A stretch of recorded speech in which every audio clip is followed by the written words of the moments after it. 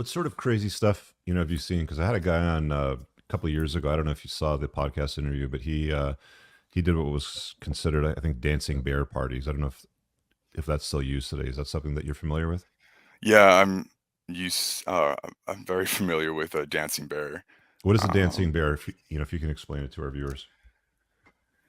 so back in the day, the dancing bear, from my knowledge, and people can correct me if I'm wrong. I didn't dive too deep into the dancing bear, but basically, porn meets strippers, and the strippers are covered in their face for obvious reasons, with whatever silly mask it is, Hmm. and then there's just a line of girls just fucking each and every one of them.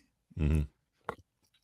Uh, I mean, I've been in situations where at bachelorette parties, um, there's two of us or maybe three of us that go in to do a private party, and I'll name this specific time where we were all police officers. We went in and you know we role played. You just had our flashlights out. We had the Hmm. siren music, um, handcuffs out. All the girls they were just loving it, and so towards the end of the gig, they wanted to go in the private room to do lap dances, and Hmm. so all three entertainers, went in to give private dances in a separate room to three different girls. And I remember hearing one of the girls who got a lap dance was talking about her husband, and that they've been married and they have kids. And so she got a private lap dance, no big deal. It's just a lap dance. Um, it's just more intimate away from the other girls. Well, that and one thing led to another, and it wasn't me. It was more. I am 33 years old now, and in my early 20s, I was a lot more wilder than I am now. I'm more tamed. um, so with the what happened, basically the bride um, got hot and heavy with the other two dancers and ended up having sex with them. And well, I was doing the The lap bride to dance with the other be. girls. Well, I'm sorry, not the bride, the girl who was married. Okay, so the woman that was married ended up sleeping with two of your colleagues. Yes, and the Interesting. bride was there, but she wasn't. I mean, she was basically halfway. Oh, halfway Halfway into. is what, like in her mouth, or I mean, you can Um, use a little bit of detail on YouTube as yeah, long as it's not she too was explicit. giving handies Handies, to the okay, got it. guys, but All right. she didn't have sex with them. So From the last podcast, and I did listen to was it Mike, yeah, the smell stripper? Yeah, yeah.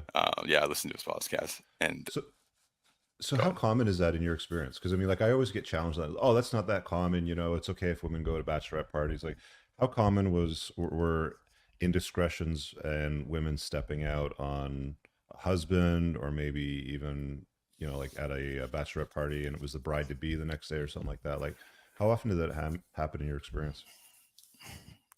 I will second Mike on this, and from my experience, it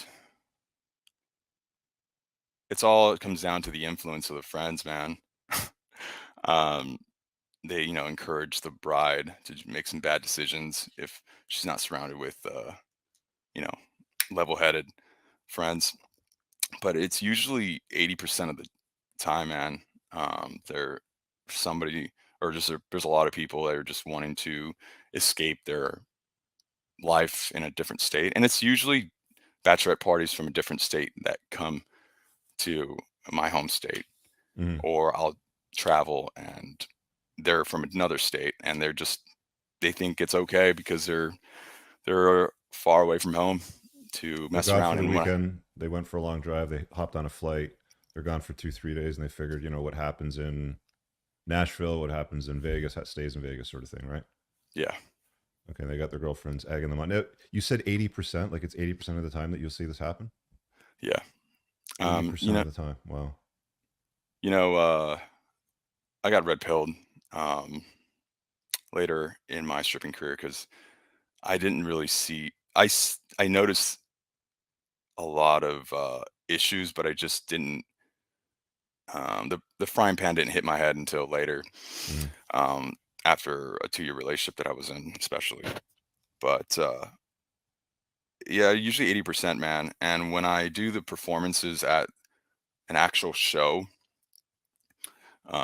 you see it constantly. You see in each group of bachelorette parties, and we'll get maybe like on a busy day, um, 20 plus groups or even 50 bachelorette party groups packed in that venue. And yeah, I mean, there's the guys are usually going home with somebody, or they go out with them, Mhm. and just entertaining the girls. Just they invite us too. They can go out with them out in downtown. And as somebody who notices all this constantly, it just numbs you as somebody who as a man who sees all this.